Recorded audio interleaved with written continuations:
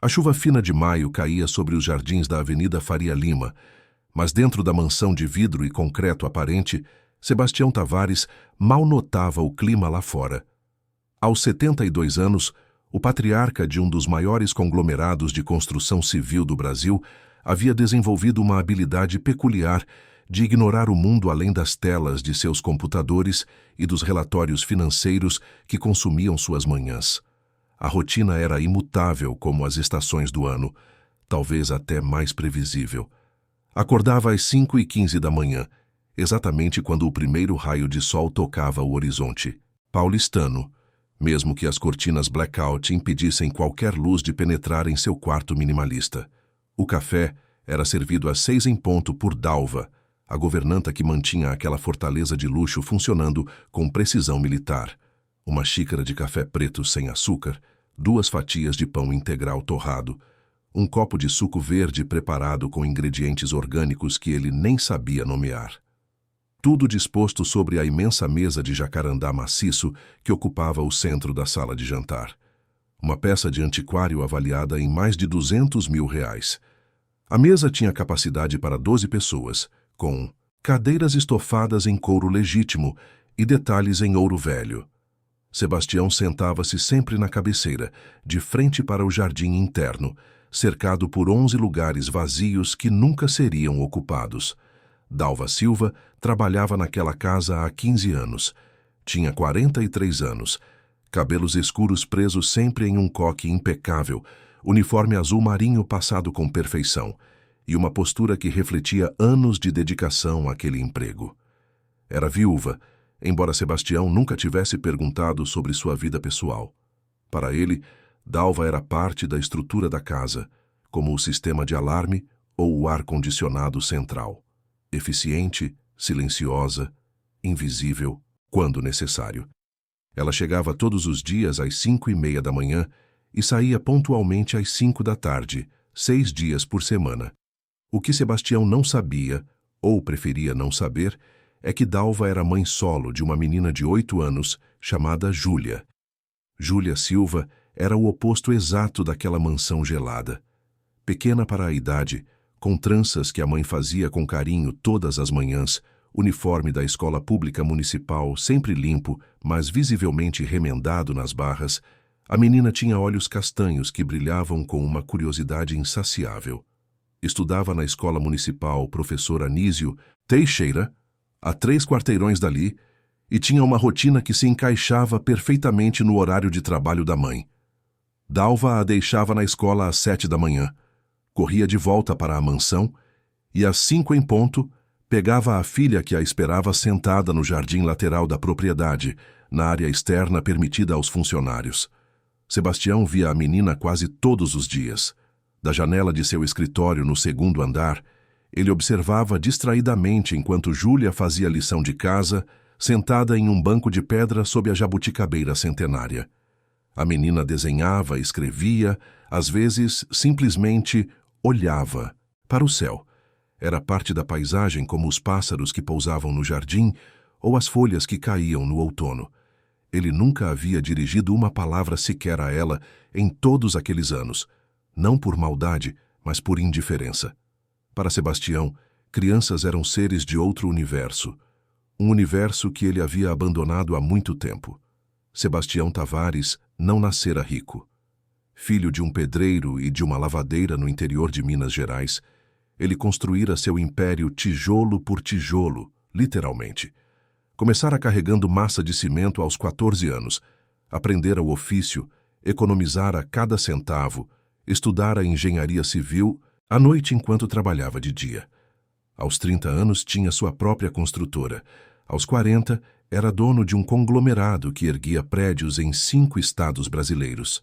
Aos 50, figurava na lista dos homens mais ricos do país. Mas o sucesso financeiro viera acompanhado de um preço que ele só compreendera tarde demais. Casara-se aos 25 com Helena, uma professora de matemática que conhecera na faculdade.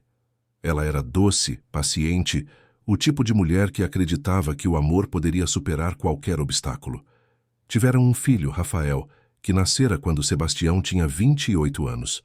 O menino era esperto, carismático, cheio de vida. Mas à medida que os negócios cresciam, Sebastião se afastava.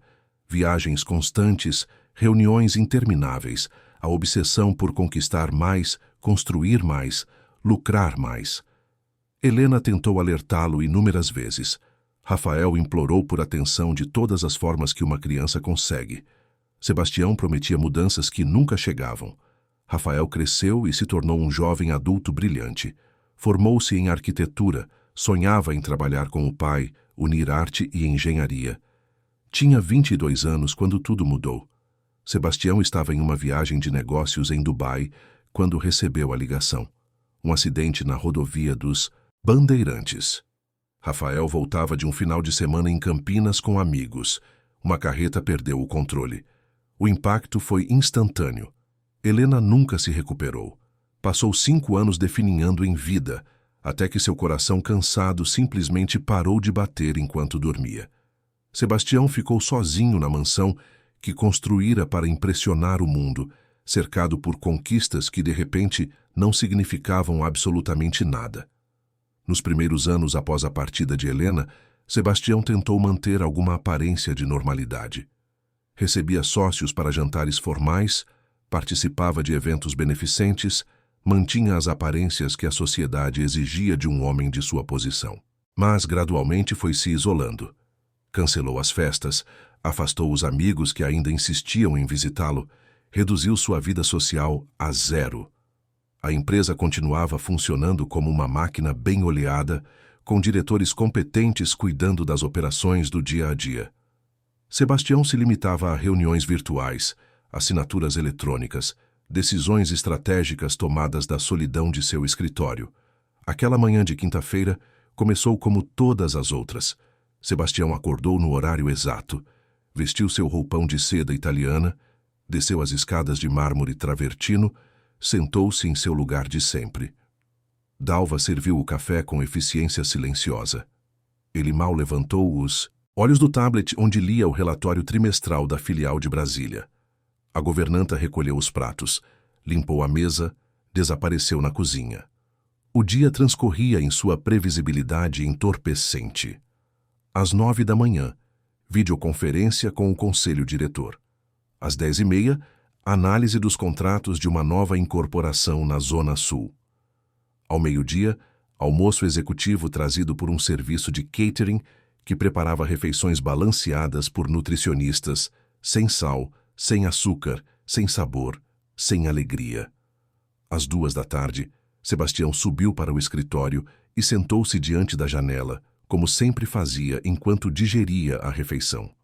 Foi quando viu Júlia chegando da escola. A menina vinha mais devagar que o normal, arrastando a mochila cor-de-rosa surrada. Ao invés de sentar-se no banco de pedra, ela se deixou cair na grama, abraçando os joelhos contra o peito. Sebastião notou vagamente que ela não abria o caderno, não tirava os lápis de cor. Apenas ficava ali, imóvel, enquanto a tarde avançava e nuvens carregadas começavam a se acumular no céu paulistano. Às 4 horas, os primeiros pingos caíram. Não uma chuva forte, mas constante, fria, daquelas que penetram até os ossos. Júlia não se moveu. Sebastião franziu a testa. Onde estava a Dalva? Verificou o relógio. Claro, quinta-feira era dia de fazer compras no mercado. A governanta sempre saía às 3h30 e voltava às 5. A menina deveria saber disso. Por que não procurou abrigo? Então ele viu. Júlia tremia. Não apenas de frio, mas com todo o corpo sacudindo em espasmos. Mesmo daquela distância, Sebastião percebeu que algo estava errado. A menina estava doente. Por um longo momento, Sebastião ficou paralisado. Não era problema dele. A mãe chegaria em breve. Mas a chuva intensificou. Júlia tentou se levantar e cambaleou, voltando a sentar na grama encharcada. E então algo estranho aconteceu dentro do peito de Sebastião. Algo que ele não sentia há anos. Uma fissura na armadura de indiferença. A imagem da menina tremendo de febre e frio sob a chuva se sobrepôs a outra imagem, antiga, de Rafael aos 6 anos, doente, pedindo colo, enquanto Sebastião dizia que precisava ir para uma reunião importante. Antes que pudesse racionalizar, Sebastião estava descendo as escadas. Seus pés descalços nas chinelas de couro tocaram o piso gelado do hall de entrada. Ele abriu a porta principal, algo que raramente fazia, e caminhou até o jardim. A chuva molhou seu roupão caríssimo. Júlia levantou os olhos surpresos, assustados até, quando viu aquele homem alto, de cabelos grisalhos e expressão severa se aproximando. Sebastião parou a 2 metros dela, de repente sem saber o que dizer. Nunca havia falado com uma criança desde que Rafael era pequeno. As palavras saíram desajeitadas, quase um comando militar. Entre. Você vai pegar pneumonia aí fora. Júlia piscou, confusa, a febre deixando seu raciocínio lento. Ela olhou para a mansão intimidadora, depois de volta para o homem que sempre a observava da janela, mas nunca havia dito uma palavra. Sebastião repetiu, mais suave desta vez, estendendo a mão enluvada. Vamos, menina. Sua mãe vai me matar se você ficar doente por minha culpa. Entre e se aqueça. Júlia pegou a mão dele com dedos gelados e trêmulos. Sebastião a guiou de volta para dentro da casa, pela primeira vez em 15 anos, permitindo que alguém além dos funcionários cruzasse aquela porta. Levou-a direto para a cozinha, um espaço enorme de granito e aço inoxidável, que mais parecia um laboratório do que um lugar onde se prepara comida. Indicou uma banqueta alta junto à ilha central. Sente-se aí. Vou fazer um chocolate quente. Sebastião abriu. Armários. Sem a menor ideia de onde Dalva guardava as coisas. Encontrou cacau em pó depois de vasculhar 3 despensas. Leite na geladeira de última geração. Preparou a bebida com mãos que não cozinhavam há décadas, deixando respingar na bancada imaculada. Quando se virou para entregar a caneca fumegante a Júlia, encontrou os olhos castanhos dela fixos nele, com uma intensidade que o desarmou completamente.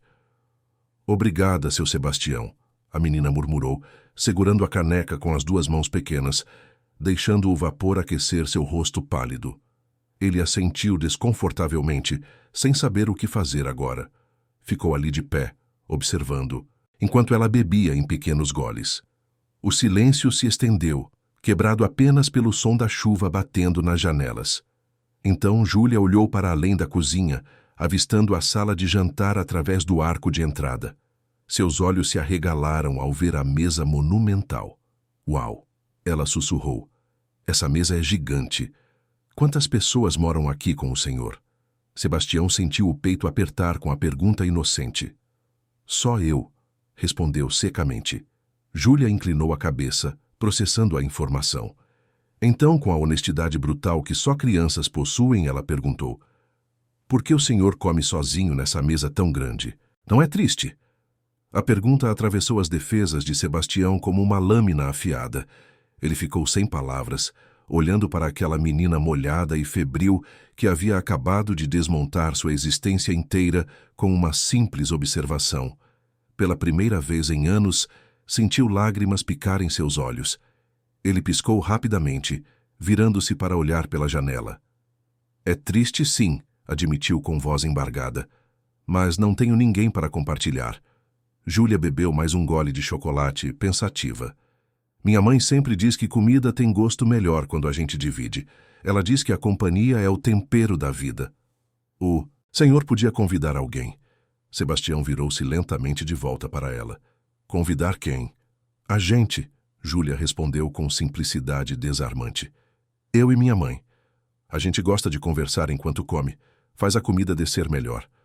Sebastião ficou olhando para aquela menina corajosa, que mesmo doente e vulnerável, tinha a força de estender uma ponte de conexão. Algo dentro dele, algo que estava congelado há anos, começou a derreter. Quando Dalva chegou 15 minutos depois, quase deixou cair as sacolas de compras ao encontrar sua filha na cozinha do patrão, bebendo chocolate quente, enquanto Sebastião Tavares estava sentado na banqueta, ao lado dela, ouvindo Júlia contar sobre sua aula de ciências. A governanta começou a se desculpar profusamente, explicando sobre o atraso, a febre da manhã que ela não percebera direito, mas Sebastião levantou a mão, interrompendo. Dalva, ele disse calmamente, não precisa se desculpar. A menina está bem agora. Mas amanhã quero que você e sua filha tomem café da manhã comigo. Às 7 em ponto, na sala de jantar. Dalva ficou paralisada, boca entreaberta, sem acreditar no que ouvia. Júlia sorriu, seus olhos brilhando apesar da febre. De verdade, seu Sebastião. A gente pode comer na mesa grande? De verdade, Sebastião confirmou. E pela primeira vez em muito tempo, um leve sorriso tocou seus lábios. Naquela noite, sozinho em seu quarto, Sebastião não conseguiu dormir.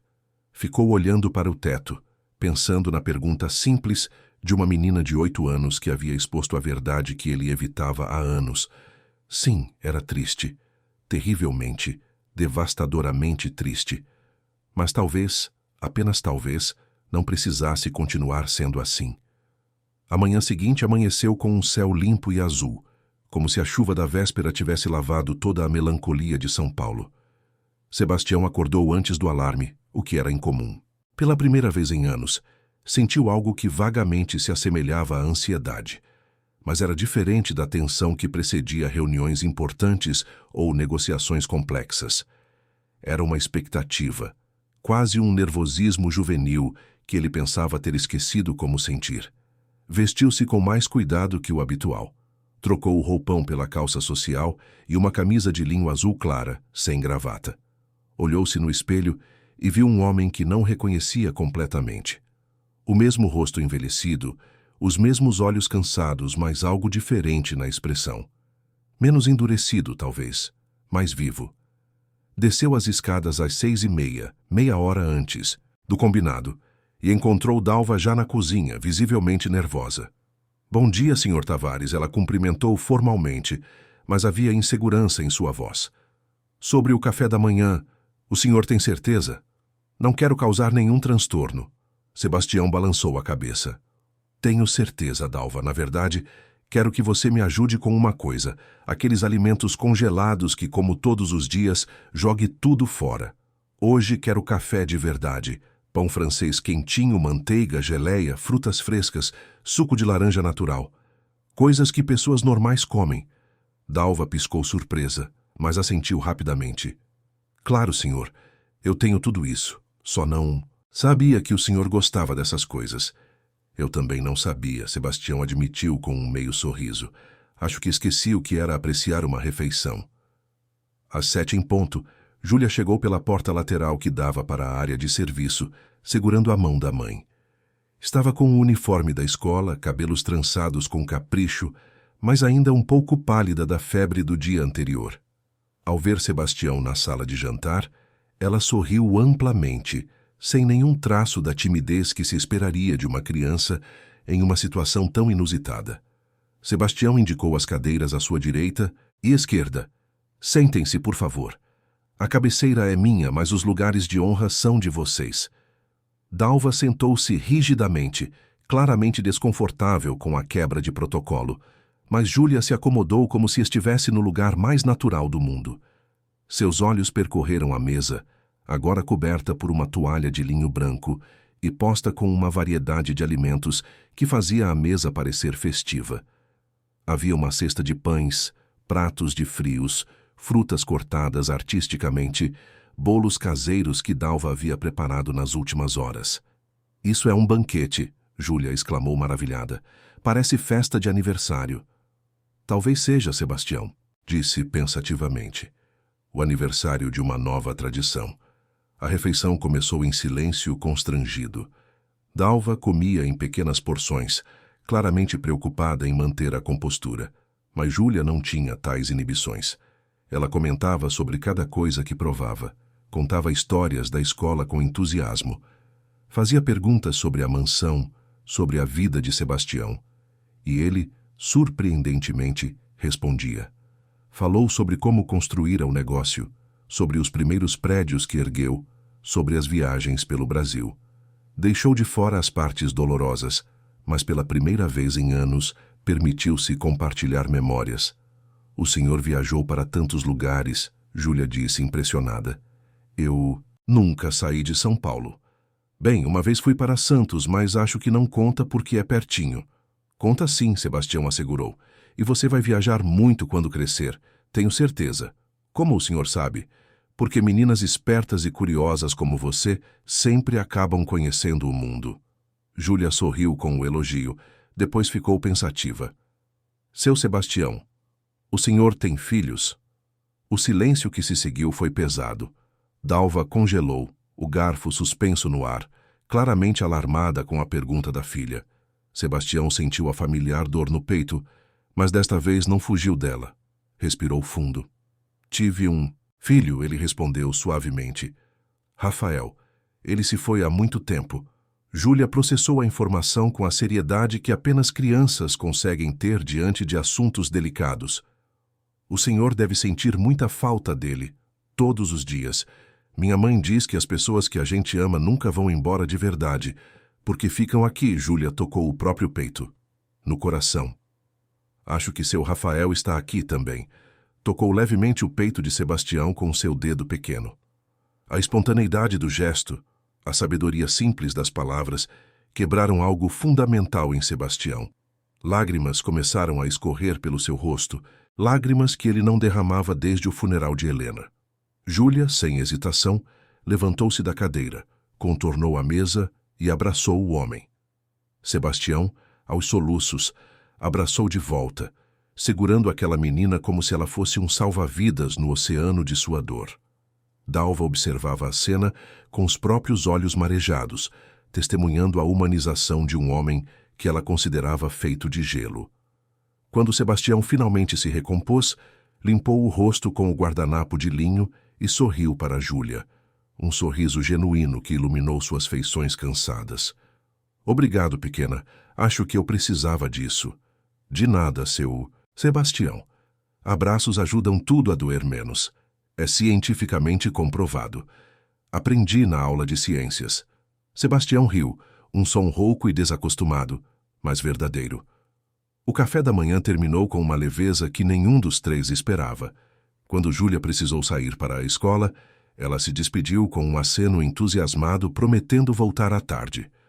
Dalva começou a recolher a mesa, mas Sebastião a deteve. Deixe isso para depois, Dalva.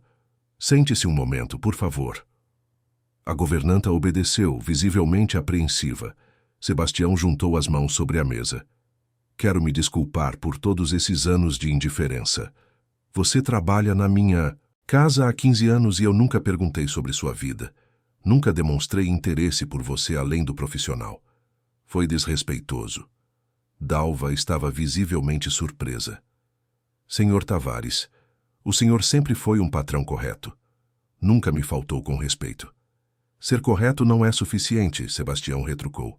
Você é mãe sozinha, cria uma menina maravilhosa, trabalha duro todos os dias, e eu te tratei como mobília. Isso muda a partir de hoje. Quero que se sinta confortável nesta casa. Você e Júlia são bem-vindas em todos os cômodos, não apenas nas áreas de serviço. Dalva não sabia o que dizer. Limpou discretamente uma lágrima que escapou. A Júlia é tudo para mim, senhor. Eu faço o melhor que posso. Isso é óbvio. Ela é uma criança especial, inteligente, compassiva, corajosa. Você deveria estar muito orgulhosa. Estou. Todo dia agradeço por ela. Sebastião hesitou, depois continuou. Sobre o que sua filha disse ontem, sobre dividir as refeições. Gostaria que isso se tornasse permanente, se você concordar. Café da manhã juntos todos os dias. Não como patrão e funcionária, mas como pessoas compartilhando uma mesa. Dalva olhou para ele com uma mistura de surpresa e gratidão. Seria uma honra, senhor Tavares, e sei que a Júlia ficaria radiante. Ótimo. Então está combinado. Naquela tarde, Sebastião fez algo que não fazia há anos. Abandonou o escritório e desceu para a sala de jantar, trazendo seu laptop consigo. Instalou-se na mesa grande, de onde tinha visão para o jardim. Quando Júlia chegou da escola, encontrou-o ali trabalhando. Ela bateu na vidraça, acenando animadamente. Sebastião acenou de volta e indicou que ela podia entrar. Júlia entrou pela porta lateral, jogou a mochila no chão e sentou-se na cadeira ao lado dele. Posso fazer minha lição de casa aqui, seu Sebastião? Claro que pode. Na verdade, eu estava esperando você chegar. Fica muito silencioso aqui sozinho. Júlia sorriu e tirou seus cadernos da mochila. Por 1 hora trabalharam lado a lado em silêncio companheiro. Sebastião revisava contratos enquanto Júlia resolvia problemas de matemática. De vez em quando ela pedia ajuda com alguma conta difícil e ele explicava pacientemente, redescobrindo prazer em ensinar. Quando ela terminou, guardou tudo e ficou observando Sebastião digitando no computador. O senhor trabalha muito, né? Trabalho. É o que sempre fiz. Mas o senhor gosta? A pergunta pegou Sebastião desprevenido. Gostava. Ou achava que gostava. Acho que, na verdade, estava apenas me mantendo, ocupado para não pensar em outras coisas. Em coisas tristes? Exatamente. Júlia ficou pensativa, balançando as pernas que não alcançavam o chão. Sabe o que ajuda quando estou triste? O quê? Desenhar. Sempre me faz sentir melhor. Quer ver? Ela pegou papel e lápis de cor da mochila e começou a desenhar. Sebastião voltou ao trabalho, mas encontrava seus olhos desviando constantemente para observar as mãos pequenas criando algo. Quando Júlia terminou, mostrou o desenho com orgulho.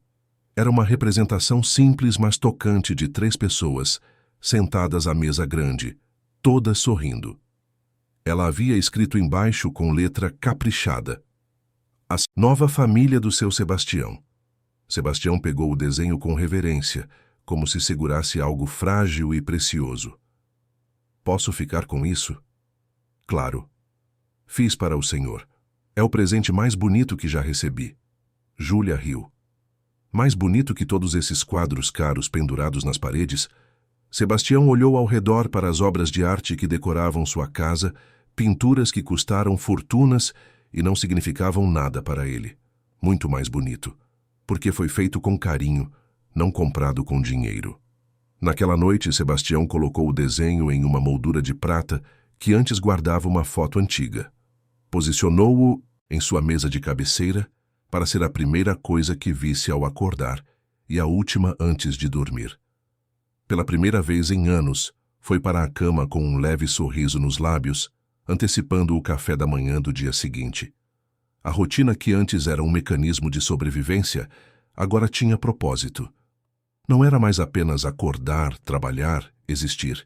Era acordar para ver Júlia contar histórias enquanto comia, trabalhar ao lado dela fazendo lição de casa, existir com conexão real com outros seres humanos. A mudança era sutil, mas profunda. A mansão ainda era imensa, ainda era luxuosa, mas não era mais um mausoléu. Havia vida pulsando dentro daquelas paredes pela primeira vez em muito tempo. E Sebastião, o homem que pensava ter perdido a capacidade de sentir qualquer coisa além de dor e vazio, estava lentamente lembrando o que era viver de verdade. 3 semanas se passaram desde aquela primeira refeição compartilhada, e a transformação na vida de Sebastião era impossível de ignorar. O café da manhã, às 7 da manhã, tornou-se o momento mais esperado do seu dia. A mesa que antes era símbolo de sua solidão, agora representava comunhão. Dalva, que inicialmente mantinha uma postura formal e reservada, aos poucos foi relaxando, permitindo-se conversar sobre sua própria vida, seus medos, seus sonhos para a filha. Júlia continuava sendo o sol radiante que iluminava aquelas manhãs, chegando sempre com alguma novidade da escola, alguma observação engraçada sobre o mundo, alguma pergunta profunda que fazia Sebastião pensar. Em uma manhã de sábado, quando Júlia não tinha aula e apareceu ainda de pijama para o café, ela chegou carregando uma sacola plástica com algo dentro. Sentou-se em seu lugar habitual e, com certa solenidade, colocou a sacola sobre a mesa. Sebastião arqueou uma sobrancelha intrigado. O que é isso, pequena? É um presente, Júlia anunciou. Ou melhor, uma troca. O senhor me deu chocolate quente quando eu estava doente. Agora quero dar algo para o senhor. Ela tirou da sacola um pote de plástico com biscoitos caseiros. Eram biscoitos simples, ligeiramente tortos, alguns mais queimados nas bordas que outros, claramente feitos por mãos inexperientes, mas cheias de dedicação. Eu e minha mãe fizemos ontem à noite. São de aveia com gotas de chocolate. A primeira fornada queimou um pouquinho, ela admitiu com uma careta, mas a segunda ficou melhor. Experimentamos todos para ter certeza. Sebastião pegou o pote como se segurasse um tesouro inestimável. Abriu, o aroma doce de biscoitos caseiros invadindo suas narinas, transportando-o instantaneamente para uma memória antiga de sua própria mãe, fazendo biscoitos na cozinha humilde de sua infância. Pegou um, examinou-o com cuidado teatral e deu uma mordida. O biscoito era de fato um pouco torto e irregular, mas o sabor era perfeito. Não pela técnica culinária, mas pelo amor que estava cozido nele.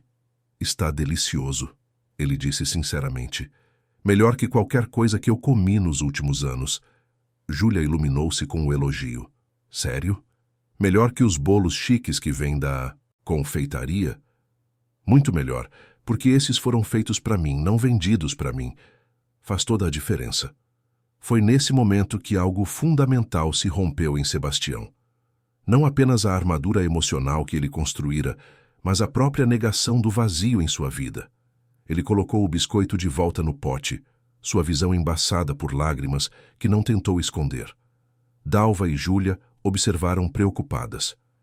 Seu Sebastião, eu disse algo errado? Júlia perguntou com voz pequena. Não, pequena. Você disse tudo certo. É que ele respirou fundo. Eu perdi meu filho há mais de 10 anos. E minha esposa há 5. Desde então construí paredes tão altas ao meu redor que esqueci como era sentir conexão com alguém. Esqueci como era receber carinho, compartilhar momentos simples, importar para alguém além de relatórios financeiros e reuniões. Vocês duas, ele olhou para a mãe e filha, estão me lembrando do que é ser humano de novo. Dalva limpou discretamente suas próprias lágrimas. Senhor Tavares, eu perdi meu marido quando Júlia tinha apenas 2 anos. Sei como é essa dor. Sei como é erguer paredes para se proteger. Mas também aprendi que a dor não diminui quando a gente se isola. Ela só fica mais densa, mais pesada. O senhor merece ser feliz de novo. Sebastião olhou para aquela mulher que ele havia tratado com indiferença educada por tantos anos e viu pela primeira vez a pessoa completa. Uma mãe guerreira, uma mulher forte, alguém que enfrentou tragédias e escolheu continuar vivendo plenamente pelo amor à filha. Sentiu vergonha de sua própria fraqueza emocional. Como você faz isso? Ele perguntou. Como continua vivendo, sorrindo, sendo forte para ela? Dalva sorriu suavemente. Porque ela precisa de mim. E porque eu escolho todos os dias focar no que tenho em vez do que perdi. Não, é fácil, senhor. Tem dias que a saudade pesa tanto que mal consigo sair da cama. Mas aí eu olho para minha Júlia e lembro que ele continua vivo nela. Nos olhos dela, no jeito que ela ri, na bondade dela. Meu marido era assim, bom demais para esse mundo, e ela herdou isso dele. Júlia, que havia ficado quieta ouvindo a conversa séria dos adultos, levantou-se da cadeira e foi até Sebastião. Sem pedir permissão, subiu em seu colo, algo que nunca havia feito antes. Sebastião congelou por um segundo. Depois seus braços se moveram automaticamente abraçando a menina. Seu Sebastião, minha mãe me contou que quando pessoas que a gente ama vão embora, elas viram estrelas no céu. À noite eu sempre procuro a estrela do meu pai e converso com ele. O senhor já procurou as estrelas do Rafael e da sua esposa? Sebastião percebeu que não. Há anos não olhava para o céu. Mal abria as cortinas vivendo em sua bolha de luz artificial e tecnologia. Não, pequena. Acho que esqueci de olhar para cima. Então, hoje à noite a gente procura juntos, Júlia decidiu. Tem um aplicativo no celular da minha mãe que mostra as constelações. Posso ensinar o senhor. Aquela noite, depois que Dalva terminou seu turno, Sebastião fez algo extraordinário. Pediu que ela e Júlia ficassem. Subiram para o terraço da mansão, um espaço amplo que Sebastião não visitava há anos.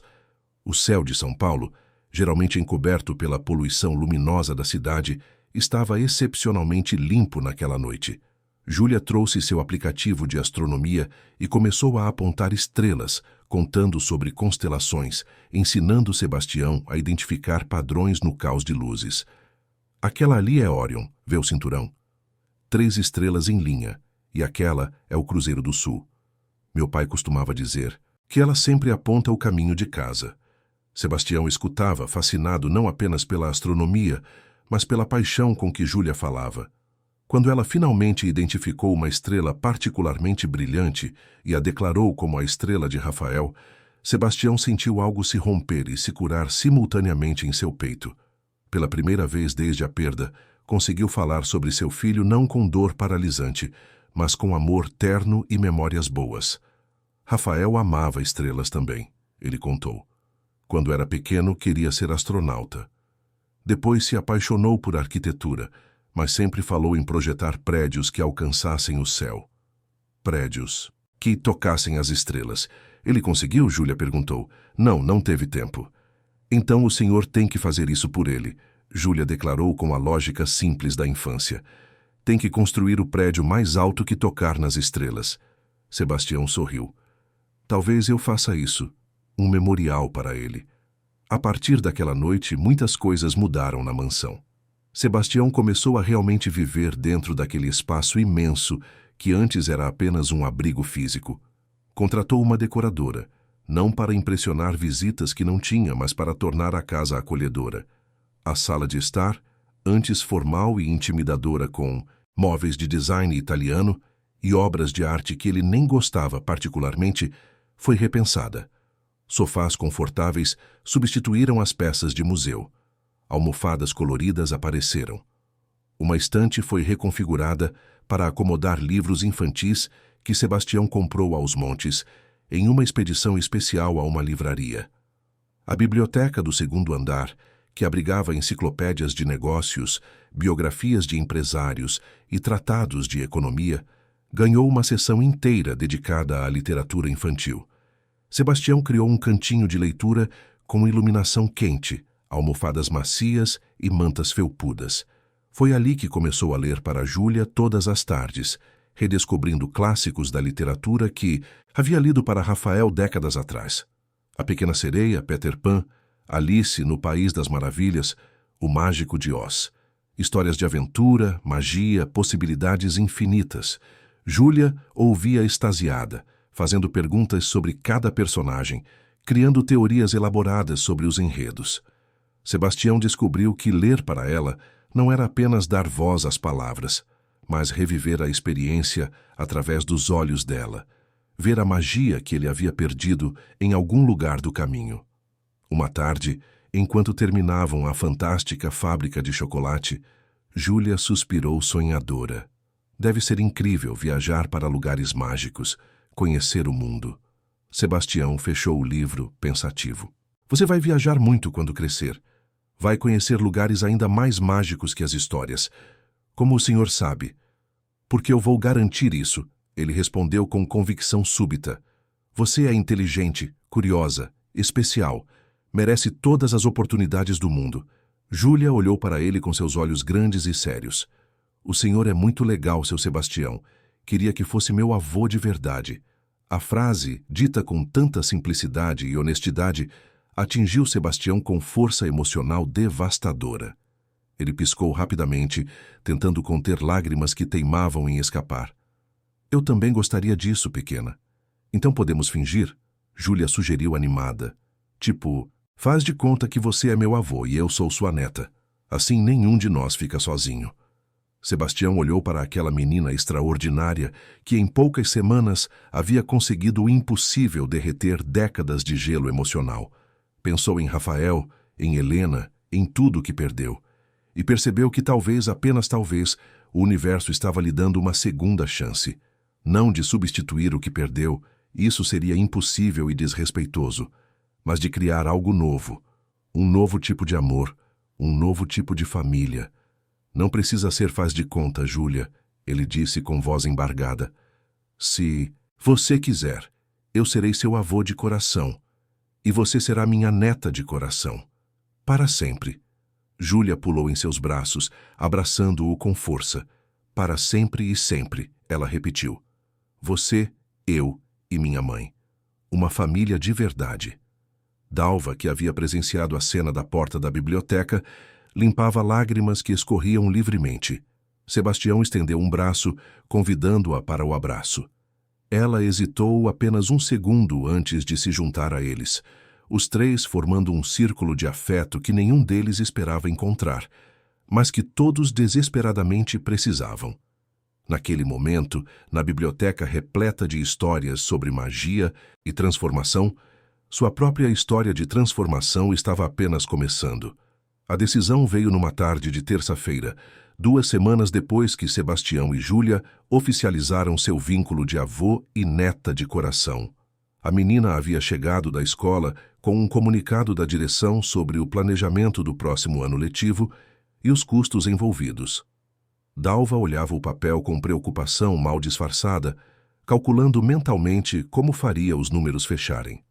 Sebastião, que trabalhava ao lado de Júlia na mesa de jantar como se tornara seu hábito, notou a expressão da governanta. Algum problema, Dalva? Não, senhor. Apenas os custos habituais da escola. Sempre dou um jeito.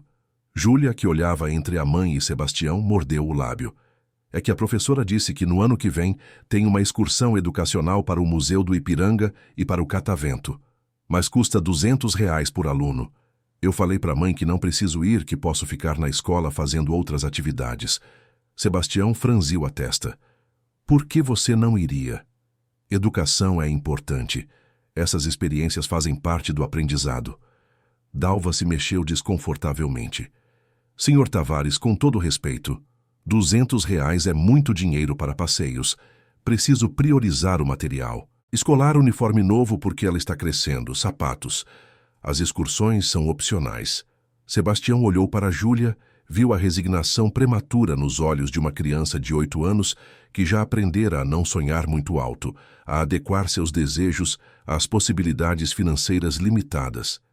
Algo dentro dele se revoltou contra aquilo.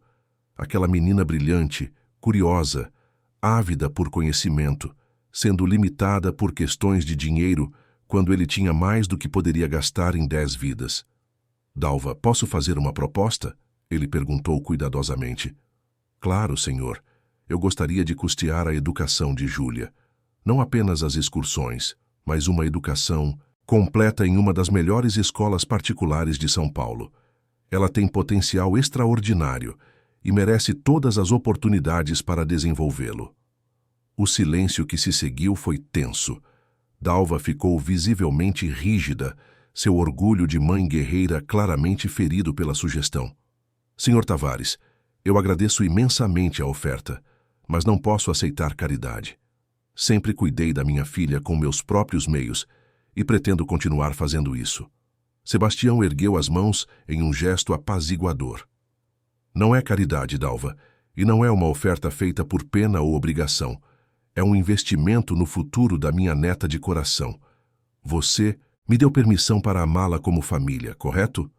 Dalva assentiu lentamente. Então deixe-me fazer o que avós fazem. Cuidar, prover, garantir que suas netas tenham as melhores chances na vida. Você continuará sendo a mãe dela, a pessoa mais importante em sua vida. Eu apenas quero complementar, não substituir. Quero dar a ela oportunidades educacionais que vão prepará-la para o futuro que ela merece. Júlia olhava entre os dois adultos, claramente compreendendo a magnitude da conversa, mesmo sem entender todos os detalhes financeiros. Mãe, ela disse suavemente, o vovô Sebastião só quer ajudar. Não é porque você não é boa o suficiente. É porque ele nos ama. Dalva soltou um suspiro trêmulo, limpando lágrimas que começavam a formar. Júlia está certa, Sebastião continuou. Isso não é sobre caridade ou sobre você não ser suficiente. Você é uma mãe excepcional. Criou uma menina maravilhosa sozinha, com recursos limitados, e fez um trabalho extraordinário. Mas agora você não está mais sozinha. Somos uma família. E famílias se ajudam. Deixe-me fazer isso. Por favor. Dalva ficou em silêncio por um longo momento, travando uma batalha interna entre orgulho e o amor pela filha.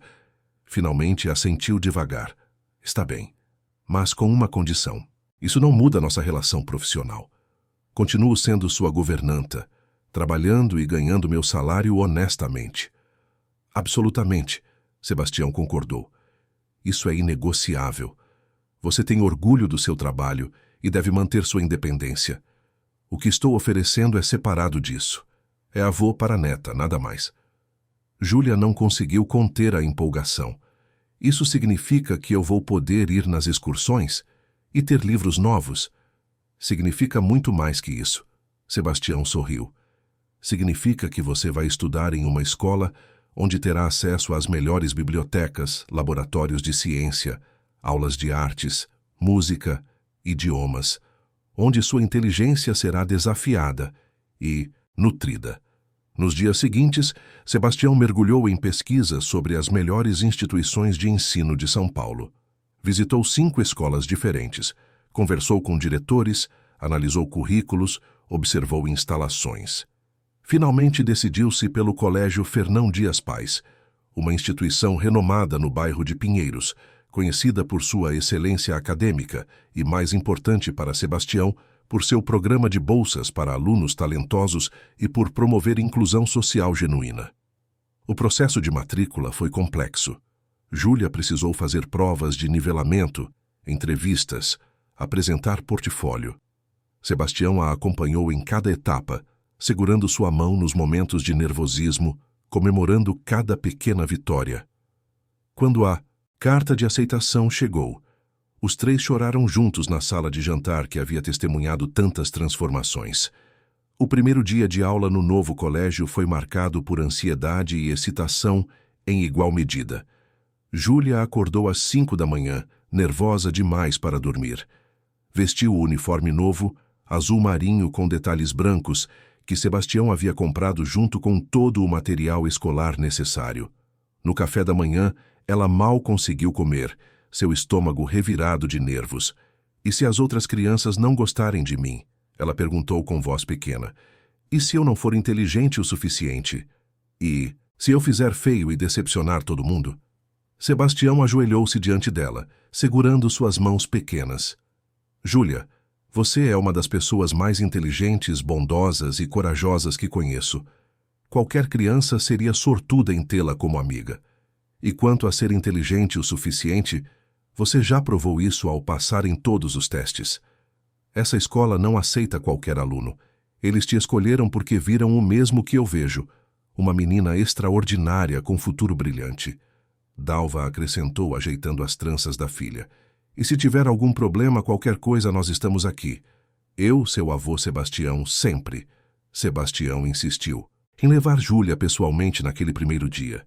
Dirigiu seu Mercedes preto, que raramente usava, até o colégio. No portão, Júlia hesitou, agarrando a mão dele com força. Sebastião não apressou. Ficou ali, parado, deixando ela reunir coragem. Finalmente, ela respirou fundo.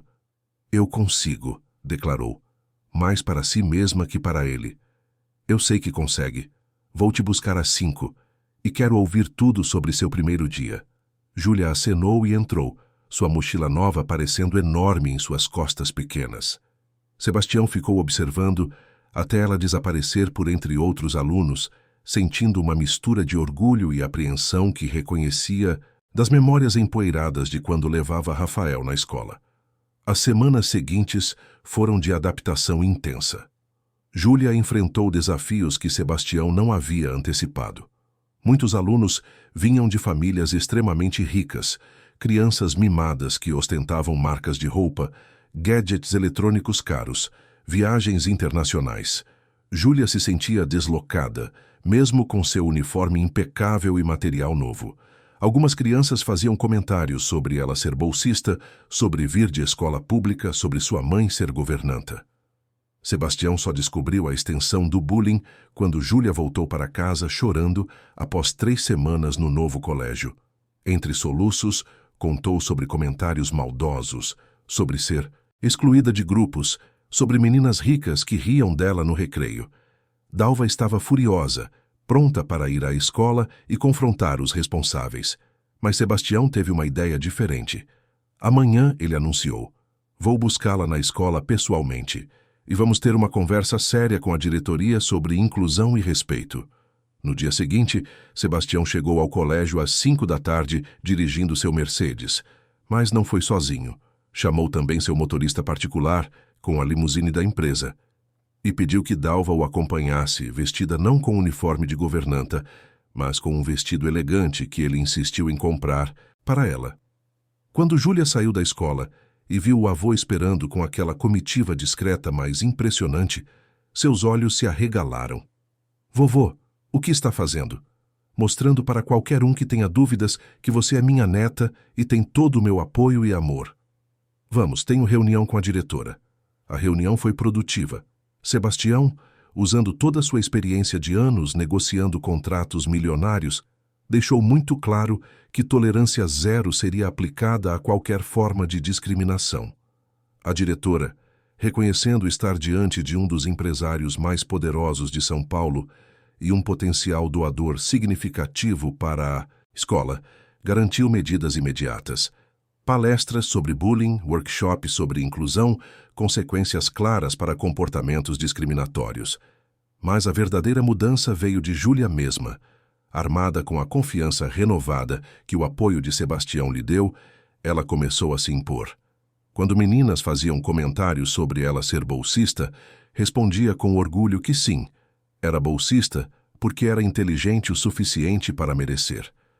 Quando riam de sua mãe ser governanta, defendia com paixão o trabalho digno e a força de uma mãe solo. Gradualmente, sua autenticidade e bondade atraíram as crianças certas. Fez amizades genuínas com colegas que valorizavam caráter acima de conta bancária. Um marco importante aconteceu 2 meses após o início do ano letivo. A escola organizou uma feira de ciências e Júlia preparou um projeto sobre constelações e astronomia, claramente inspirada nas noites no terraço com Sebastião. Seu projeto foi selecionado como um dos melhores da turma. Na noite da apresentação, Sebastião compareceu usando terno e gravata, Dalva ao seu lado. Quando Júlia subiu ao palco para explicar seu projeto, falou não apenas sobre estrelas e ciência, mas sobre como seu avô lhe ensinou a olhar para cima, a sonhar grande, a entender que o céu não é o limite quando se tem amor e apoio. Sua apresentação recebeu aplausos entusiasmados, e Sebastião, sentado na primeira fila, chorou abertamente de orgulho, sem se importar com quem visse. Depois da apresentação, enquanto voltavam para casa, Júlia tagarelava animadamente sobre o evento. Sebastião dirigia em silêncio, um sorriso permanente em seu rosto, percebendo que pela primeira vez em mais de uma década estava genuinamente feliz. Não apenas menos triste, mas ativamente, vibrante e completamente feliz. O outono chegou a São Paulo trazendo consigo temperaturas mais amenas e uma transformação completa na mansão da Avenida Faria Lima. O que antes era um mausoléu de vidro e concreto, agora pulsava com vida. Sebastião tomou uma decisão que chocou Dalva, quando anunciou numa manhã de sábado eles iriam reformar completamente um dos quartos de hóspedes do 2º andar. Não qualquer quarto, mas o que tinha a melhor vista para o jardim e o céu noturno. Para quê, senhor? Dalva perguntou confusa. Para Júlia, claro. Toda neta precisa ter seu próprio quarto na casa do avô. Júlia, que ouvia a conversa enquanto desenhava na mesa de jantar, largou os lápis de cor e correu até Sebastião. Um quarto só meu? Aqui? De verdade? De verdade. Quero que você se sinta em casa aqui, não apenas como visitante. E tenho planos especiais para esse quarto. Os planos especiais incluíram contratar uma arquiteta especializada em ambientes infantis. Sebastião levou Júlia para reuniões de planejamento, pedindo opinião dela sobre cada detalhe. Cores das paredes, um azul celeste suave que ela escolheu. Móveis de madeira clara que não fossem muito infantis, porque ela fazia questão de parecer madura. Uma escrivaninha grande para fazer lição de casa e desenhar. Estantes para seus livros crescentes. E o toque especial de Sebastião, um telescópio profissional instalado próximo à janela para que pudessem continuar suas noites observando estrelas, mas agora com equipamento adequado. A reforma levou 6 semanas. Durante esse tempo, Júlia visitava o canteiro de obras interno quase diariamente, maravilhada com cada progresso. Sebastião descobriu prazer em planejar cada detalhe, pensando no que faria uma criança feliz, segura, amada. Instalou um sistema de iluminação que simulava o céu estrelado no teto quando as luzes principais se apagavam. Comprou roupas de cama da melhor qualidade, mas escolheu estampas divertidas de planetas e constelações que Júlia amou. Encheu a estante com livros, não apenas infantis, mas também de astronomia, ciências, biografias de cientistas, mulheres que pudessem inspirá-la. Quando o quarto finalmente ficou pronto, a revelação foi marcada com uma pequena cerimônia. Sebastião vendou os olhos de Júlia e a guiou pelas escadas. Dalva seguia atrás, sua própria emoção mal contida. Na porta do quarto, Sebastião parou. Pronta? Mais que pronta. Ele retirou a venda. Júlia piscou, ajustando os olhos, e então soltou um grito de pura alegria. Correu para dentro do quarto, girando em círculos, tocando tudo. A escrivaninha, os livros, as almofadas macias na cama. Quando descobriu o telescópio, seus olhos se encheram de lágrimas. Vovô, isso é perfeito demais. É o quarto mais lindo que já vi na vida inteira. Sebastião sentiu seu coração quase explodir de felicidade. Agora você pode passar as noites de sexta aqui, se sua mãe permitir. Festas do pijama com seu avô. Podemos assistir filmes, comer pipoca, observar estrelas. Júlia pulou em seus braços, abraçando-o com força. Dalva observava da porta, limpando lágrimas discretamente. Mais tarde, quando Júlia foi explorar o banheiro privativo que também havia sido reformado, Dalva se aproximou de Sebastião. Senhor Tavares, não tenho palavras para agradecer tudo isso. Dalva, ele disse suavemente, quantas vezes preciso pedir para você me chamar apenas de Sebastião? Somos família agora. E você não precisa agradecer. Eu que agradeço por vocês terem me salvado da solidão que eu nem percebia estar me matando lentamente. A primeira festa do pijama aconteceu naquela mesma sexta-feira. Júlia chegou carregando uma mochila com seu pijama favorito, escova de dentes e um ursinho de pelúcia surrado que ela dormia abraçada desde bebê. Sebastião havia se preparado comprando pizzas, refrigerantes, sorvetes e alugando 3 filmes infantis que o atendente da locadora recomendou. A noite foi mágica. Comeram pizza na sala de estar, sentados no chão sobre almofadas, assistindo aos filmes.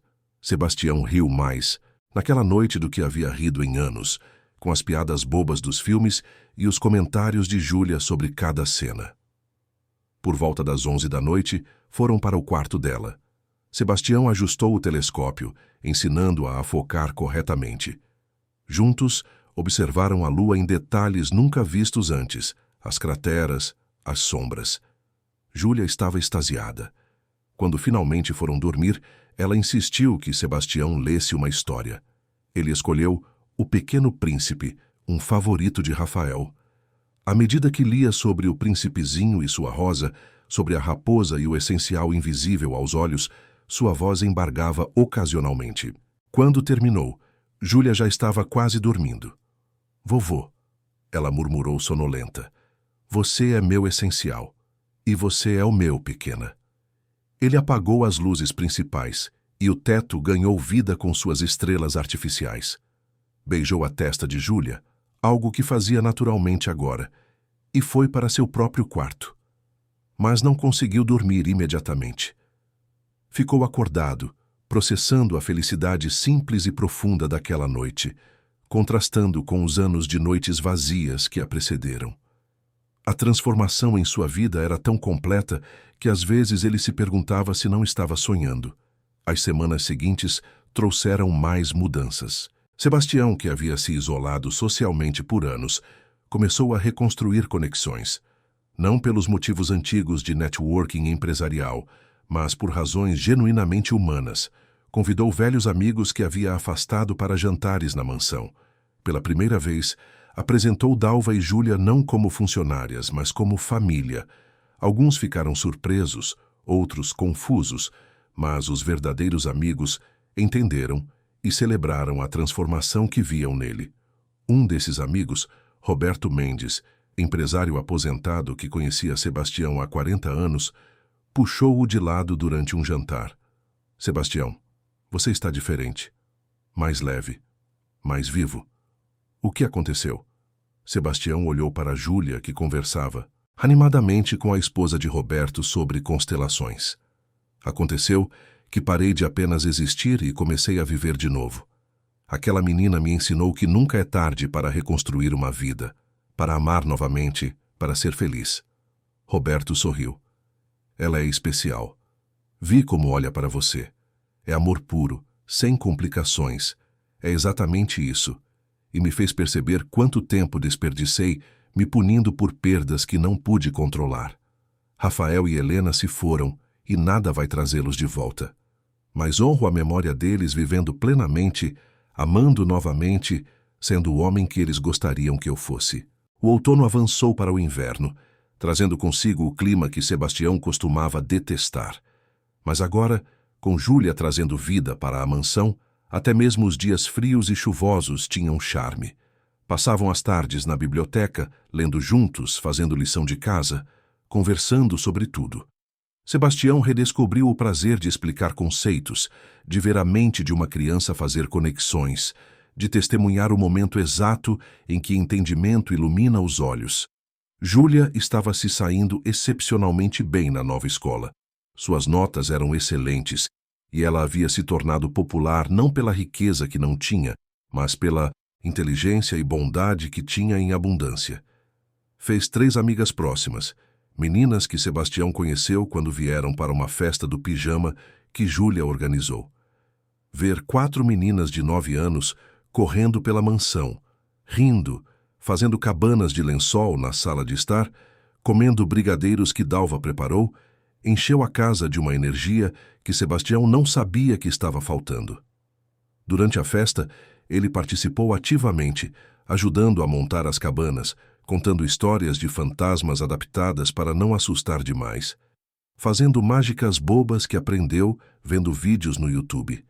As amigas de Júlia o adoraram, chamando-o de Vovô Sebastião, como se ele fosse avô de todas, e ele se encantou com cada uma, vendo as personalidades únicas, os sonhos diferentes, o futuro brilhante que todas mereciam.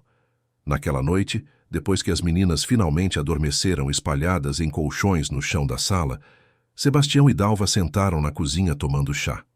Nunca imaginei, Sebastião confessou, que minha vida pudesse ser assim novamente.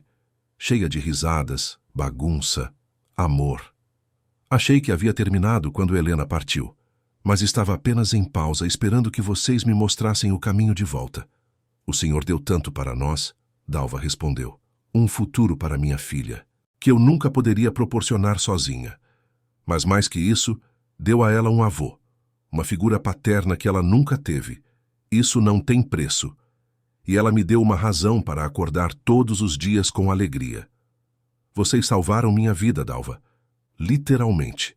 Eu estava morrendo lentamente nesta casa e nem percebia. O clímax emocional daquela fase da história veio de forma inesperada. Era início de dezembro e a escola de Júlia organizou uma apresentação especial do Dia dos Avós. Cada criança deveria levar seus avós para uma tarde de atividades, terminando com apresentações preparadas pelos alunos. Júlia ficou radiante quando contou a Sebastião sobre o evento. Vovô, você pode ir? Por favor, eu preparei algo especial. Claro que posso, não perderia por nada. No dia marcado, Sebastião cancelou todas as suas reuniões. Vestiu seu melhor terno, não para impressionar, mas para honrar a ocasião. Chegou à escola e foi recebido por Júlia, que o guiou orgulhosamente pelo pátio, apresentando-o a professores e colegas. Vovô Sebastião, ela dizia com propriedade, e ele sentia seu coração crescer cada vez que ouvia. A apresentação aconteceu no auditório.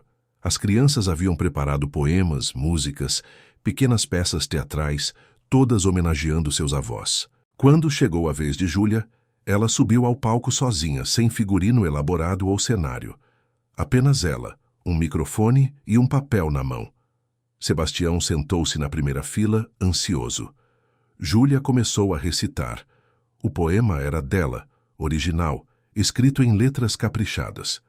Falava sobre um homem solitário que vivia em uma casa grande e vazia, sobre uma menina que precisava de abrigo da chuva, sobre como o chocolate quente pode aquecer mais que o corpo, pode aquecer a alma.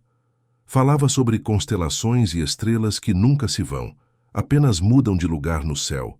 Falava sobre família não, ser definida por sangue, mas por escolha, por amor, por presença. E terminava com uma declaração que fez o auditório inteiro silenciar em emoção pura. Para meu vovô Sebastião, que me ensinou que nunca é tarde para amar de novo e que as melhores famílias são aquelas que escolhemos com o coração. O silêncio que se seguiu durou apenas um segundo antes de aplausos explodirem. Mas Sebastião nem os ouvia.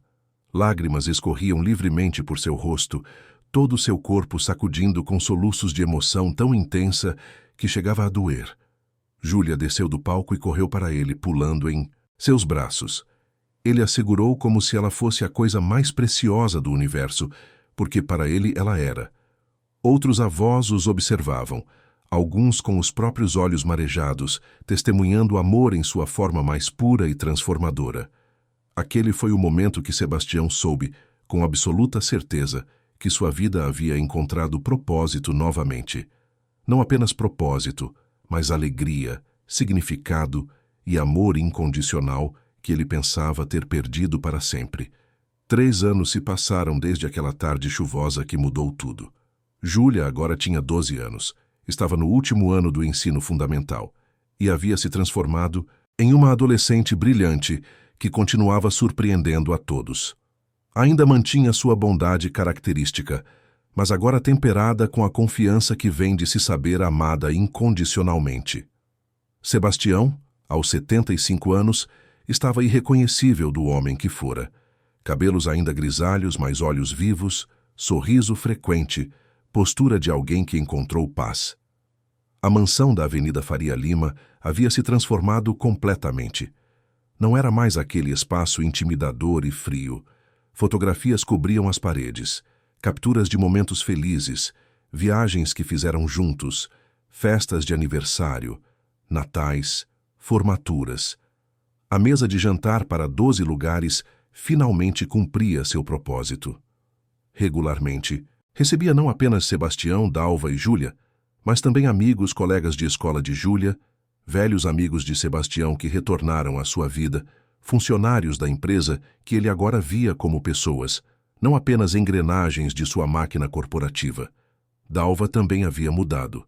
Aos 46 anos havia retomado estudos que abandonara quando ficou viúva. Sebastião insistiu em pagar uma faculdade de administração para ela, não como caridade, mas como reconhecimento de sua competência. Ela era organizada, eficiente, tinha olho para detalhes. Poderia ser muito mais que governanta se tivesse oportunidade. Dalva aceitou depois de muita resistência e agora estava no 2º ano do curso, fazendo suas provas com a mesma dedicação que Júlia fazia as dela. Mãe e filha frequentemente estudavam juntas na biblioteca, Sebastião fazendo companhia silenciosa enquanto trabalhava em seus próprios projetos. O negócio de Sebastião também havia mudado seu foco. Ele não se aposentou, pois descobriu que ainda amava o desafio de construir, mas agora direcionava parte significativa dos recursos da empresa para projetos sociais. Construção de escolas em comunidades carentes, moradias populares com qualidade superior ao padrão, programas de bolsas estudantis. Seu conselho diretor inicialmente resistiu, argumentando sobre margens de lucro, mas Sebastião foi inflexível. Dinheiro que apenas acumula não serve a ninguém. Eu tenho mais do que preciso para 10 vidas. É hora de retribuir. A formatura do ensino fundamental de Júlia aconteceu em uma noite quente de dezembro. O auditório da escola estava lotado de famílias orgulhosas. Sebastião estava na primeira fila, como sempre, Dalva ao seu lado. Eles haviam se tornado uma imagem familiar naquele colégio, a mãe guerreira e o avô dedicado que nunca perdiam um evento escolar, uma reunião de pais, uma apresentação. Júlia era a oradora da turma, escolhida por mérito acadêmico e por voto popular dos colegas. Sebastião sentia orgulho tão intenso que seu peito parecia pequeno demais para contê-lo. Júlia subiu ao palco usando o vestido azul elegante que Dalva havia escolhido com cuidado. Não muito formal, não muito casual, perfeito para a ocasião. Ela não parecia nervosa. Tinha desenvolvido uma confiança natural diante de plateias, resultado de anos de apresentações escolares, sempre com seu avô na primeira fila a encorajando. Começou seu discurso agradecendo professores, funcionários da escola, colegas. Depois mudou o tom, tornando-se mais pessoal. Há 3 anos começou. Eu era uma menina de 9 anos de uma escola pública municipal, filha de uma mãe solo que trabalhava duro para me dar o básico. Eu era feliz, porque minha mãe me ensinou que felicidade não vem de coisas materiais, mas de amor. Mas minhas oportunidades eram limitadas pelas circunstâncias que não podia controlar. Então, aconteceu algo inesperado. Um homem que vivia sozinho em uma casa grande, um homem que havia esquecido como se conectar com pessoas, abriu sua porta para mim em uma tarde de chuva. Ele me ofereceu chocolate quente, mas me deu muito mais. Deu esperança, oportunidades, amor incondicional. Ensinou-me que família não é apenas sangue, é escolha, é aparecer, é estar presente, é amar sem condições. Sebastião já estava com lágrimas nos olhos. Dalva segurava sua mão, apertando suavemente. Júlia continuou. Muitos de vocês aqui tiveram todas as vantagens desde o nascimento. Boas escolas, viagens, conforto material. E isso é maravilhoso, não há nada errado nisso. Mas quero que reflitam sobre uma coisa. Privilégio vem com responsabilidade. Se vocês têm mais, devem fazer mais, ajudar mais, se importar mais, olhar ao redor e ver quem está sendo deixado para trás. Meu avô Sebastião não nasceu rico. Ele construiu tudo do zero, começando como pedreiro. Ele entende valor do trabalho, do esforço, da dignidade. E quando decidiu me ajudar, não foi caridade, foi amor. Foi ver potencial e decidir nutri-lo. Foi reconhecer que todos merecem chances, não apenas os que nasceram com sorte. Ela fez uma pausa, permitindo que as palavras penetrassem. Este discurso não é apenas sobre gratidão, embora eu seja imensamente grata. É sobre o poder transformador de olhar para a solidão do outro com compaixão. Meu avô estava sozinho, triste, perdido. Eu estava limitada pelas circunstâncias. Nenhum de nós precisava ficar assim. E não ficamos porque fizemos uma escolha. A escolha de nos conectar, de construir família onde não havia de amar apesar da dor. Então meu desafio para vocês, meus colegas formandos, é este. Olhem ao redor. Vejam quem está sozinho, quem precisa de ajuda, quem está sendo deixado de fora. E façam algo. Pequenos gestos, como oferecer chocolate quente, podem mudar vidas inteiras. Júlia virou-se diretamente para a primeira fila. Mãe, obrigada por ser meu exemplo de força, de amor, de dedicação. Você me ensinou tudo o que realmente importa. E vovô Sebastião, obrigada por me mostrar que nunca é tarde para recomeçar, para amar de novo, para se tornar a melhor versão de si mesmo. Você mudou minha vida, mas acho que eu também mudei a sua. E isso é o que família faz. Muda um ao outro para melhor, sempre. O auditório explodiu em aplausos. Sebastião estava chorando abertamente, sem se importar com quem visse. Dalva também, abraçada a ele. Quando Júlia desceu do palco após receber seu certificado, correu diretamente para eles. Os três se abraçaram, uma ilha de amor e emoção no meio do caos celebratório. Depois da cerimônia, houve uma recepção no pátio da escola. Sebastião e Dalva foram abordados por diversos pais que queriam conhecê-los, elogiar o discurso de Júlia, comentar sobre a história inspiradora da família. Sebastião recebia os elogios com graça, mas desviava o crédito. Júlia é quem é especial, ele dizia. Eu apenas tive sorte suficiente para ela entrar na minha vida. Na volta para casa, os três seguiram no carro em silêncio companheiro, processando a emoção da noite. Quando chegaram, Júlia sugeriu irem ao terraço, sua tradição quando algo importante acontecia. Subiram as escadas, saíram para o terraço que testemunhara tantos momentos importantes e olharam para o céu de São Paulo. Estava excepcionalmente claro, as estrelas visíveis apesar da poluição luminosa. Vovô, Júlia disse suavemente. Você se lembra do que me perguntou naquela primeira noite aqui no terraço? Sebastião pensou. Acho que perguntei se você acreditava que pessoas que amamos viram estrelas. Isso mesmo. E eu disse que sim. Ainda acredito. Mas agora sei que não são apenas as pessoas que se foram que são estrelas. Nós também somos, todos nós, brilhando para os outros, iluminando caminhos, dando esperança. Você é minha estrela, vovô. Minha mãe também. E espero ser a estrela de alguém um dia. Sebastião abraçou sua neta. Você já é pequena. Para mim, para sua mãe, para seus amigos, para todos que te conhecem. Você ilumina cada espaço que entra. Dias depois, Sebastião surpreendeu Júlia e Dalva com um anúncio durante o café da manhã. Reservei um restaurante para comemorarmos apropriadamente a formatura. O Figueira Rubaiyat, aquele embaixo da figueira centenária. Jantar especial, só nós três.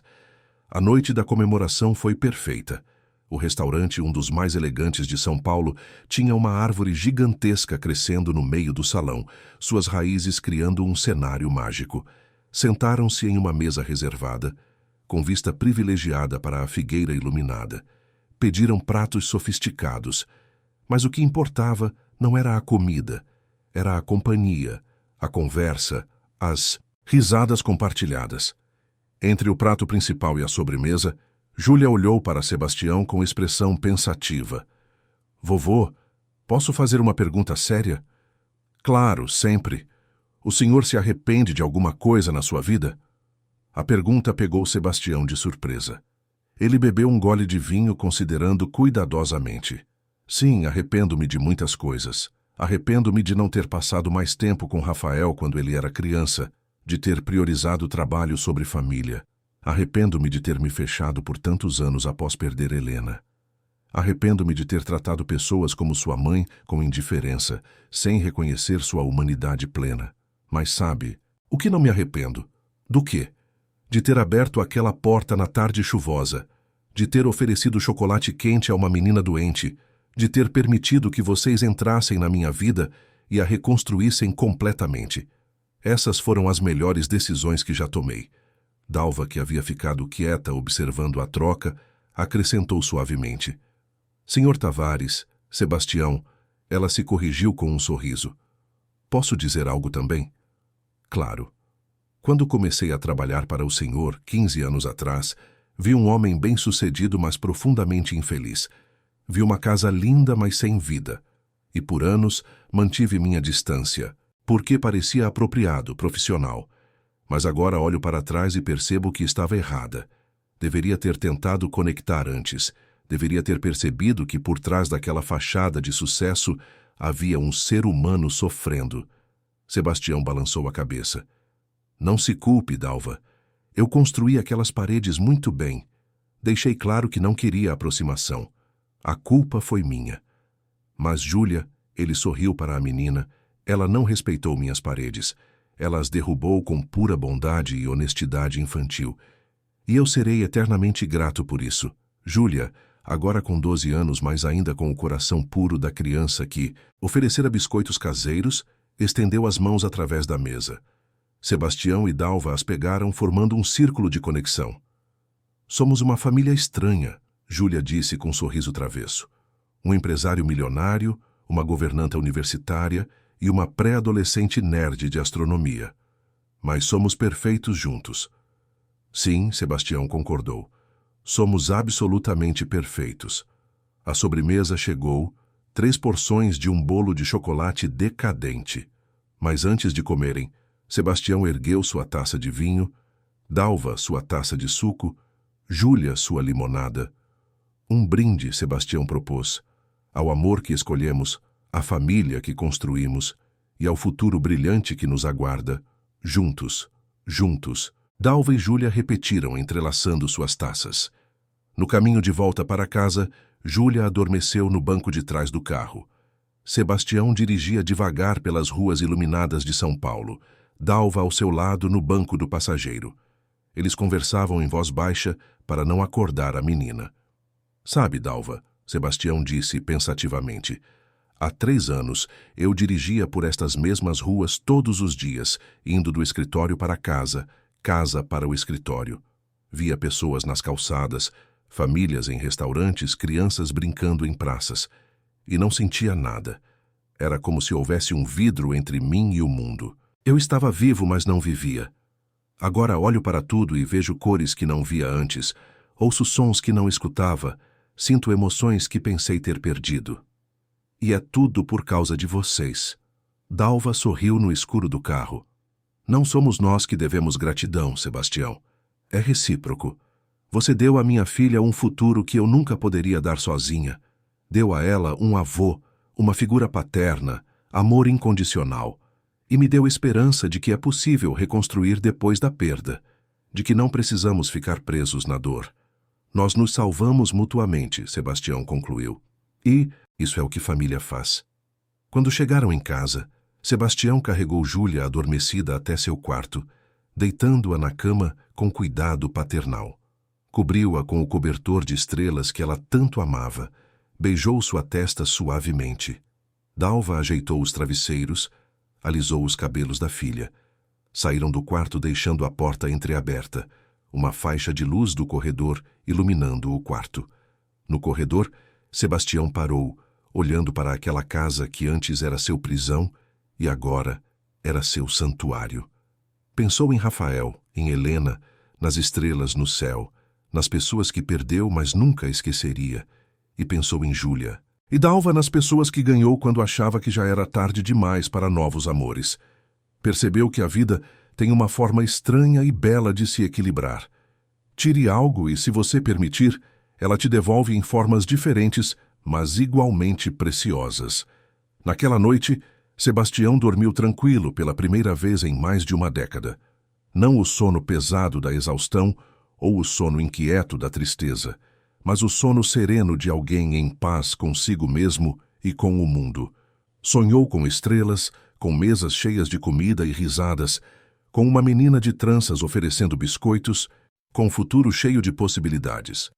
A verdade simples e profunda que Sebastião finalmente compreendera era esta: ninguém precisa enfrentar a vida sozinho quando existe amor verdadeiro.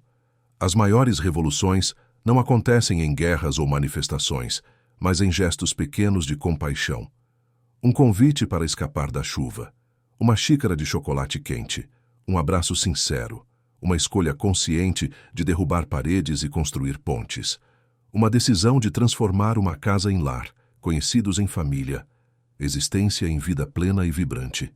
Sebastião Tavares havia aprendido, aos 75 anos, que nunca é tarde para recomeçar. Nunca é tarde para amar.